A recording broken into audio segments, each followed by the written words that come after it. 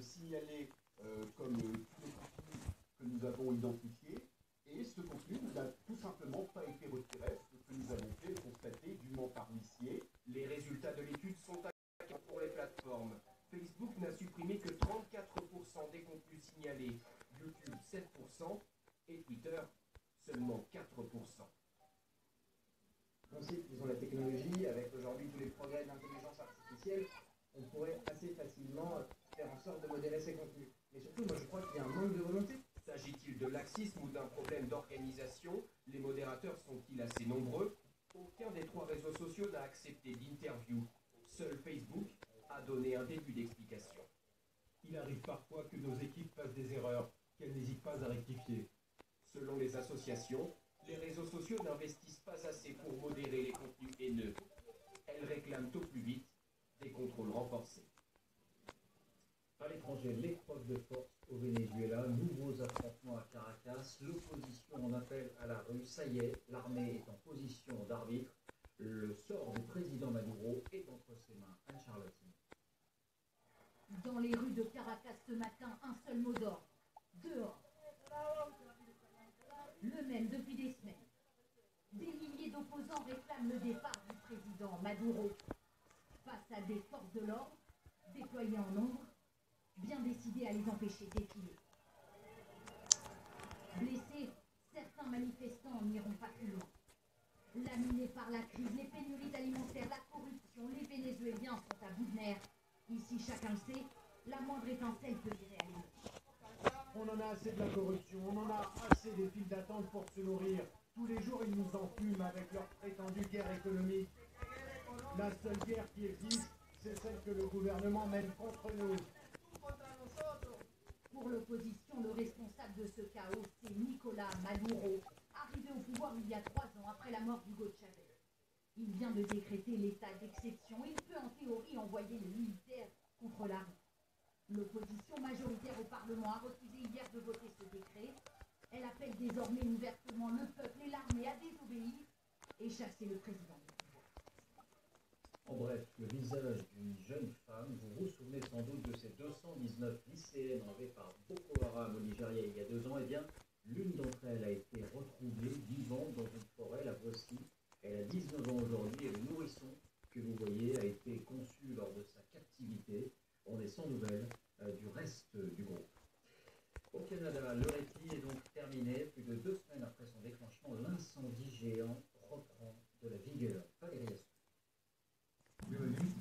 Un brasier à quelques mètres des compagnies. À la hâte, des ouvriers tentent d'éteindre l'incendie. Cette base de vie hébergeait des milliers de travailleurs employés à extraire le pétrole.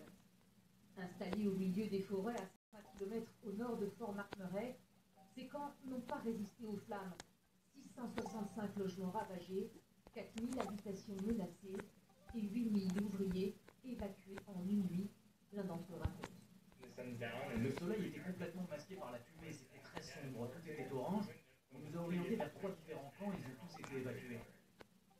Pas de répit pour les pompiers. 2 semaines après l'évacuation de Fort-McMurray, toujours les mêmes scènes d'apocalypse pour confirmer les îles. Le gigantesque incendie s'approche à présent des installations pétrolières, principale ressource économique de la province. Faute de travailleurs et par précaution, la production a été ralentie fortement, près de 50 millions d'euros de pertes par jour. Quant aux habitants évacués de Fort-McMurray, leur retour dans la ville a été repoussé. Plusieurs foyers restent encore impossibles à maîtriser.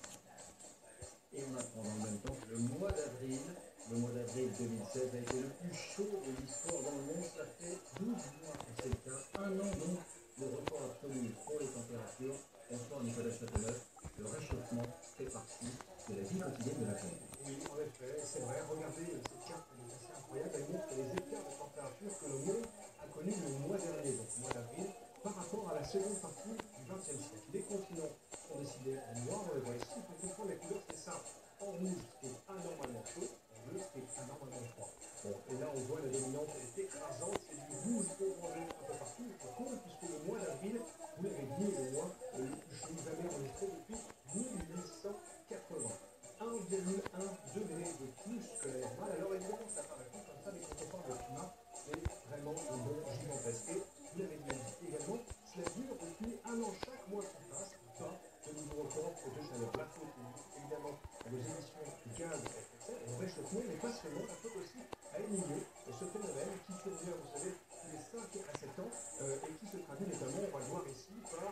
à des eaux dans l'Est du Pacifique qui sont beaucoup plus chaudes. C'est cette langue rouge que l'on voit sur l'animation. Et bien on peut dire qu'au final, chaque mois qui passe est un petit pas pour le thermomètre, mais un grand saut dans l'inconnu pour l'humanité. Merci Nicolas. L'œil du 20h, de belles paroles, mais qu'en est-il des actes? Tout le monde a en tête les valeurs que véhicule le sport, la solidarité, l'esprit d'équipe, le dépassement de soi. Eh bien, l'UEFA, qui organise prochainement l'Euro de football, les a-t-elle oubliés? Les sponsors, on le sait, sont une ressource économique, ils sont aussi une vitrine, mais sont-ils vraiment en adéquation avec ces valeurs? L'œil du 20h avec Cyril Zard, Astrid Desmorion et Mathias. Entre l'UEFA et les 16 partenaires officiels de l'Euro 2016, ce n'est pas qu'une question d'argent, c'est aussi une question de valeur.